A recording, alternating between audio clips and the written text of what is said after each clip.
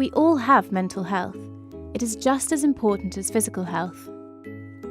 It is not only about mental illness or mental disorders. This is just one part of a bigger picture.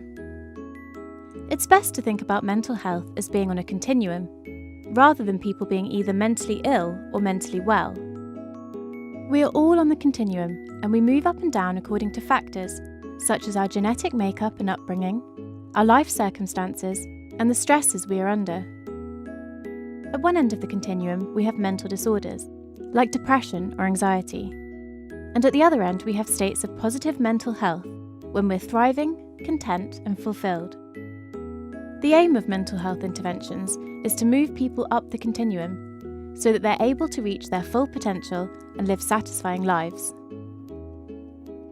The World Health Organization describes mental health as a state of well-being in which every individual realizes his or her own potential, can cope with the normal stresses of life, can work productively and fruitfully, and is able to make a contribution to his or her community.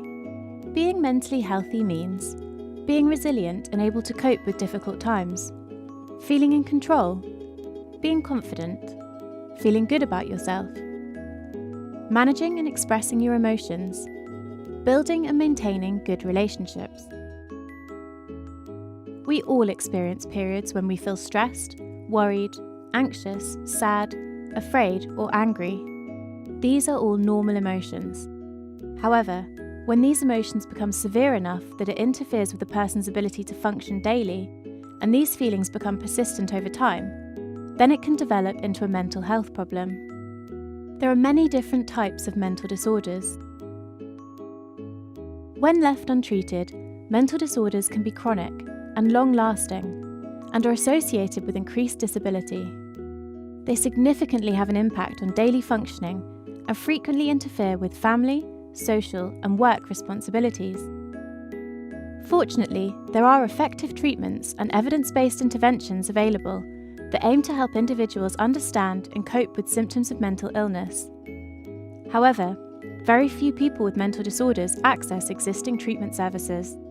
This may be due to barriers such as the stigma attached to seeking help, the lack of understanding of mental health problems, uncertainty of how to get help, or the fear of disclosing mental health problems.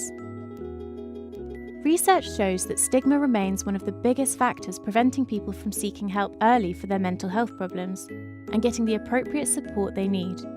It is important to acknowledge that we all have mental health and have a personal responsibility to learn how we can improve and maintain our well-being in order to lead meaningful and satisfying lives.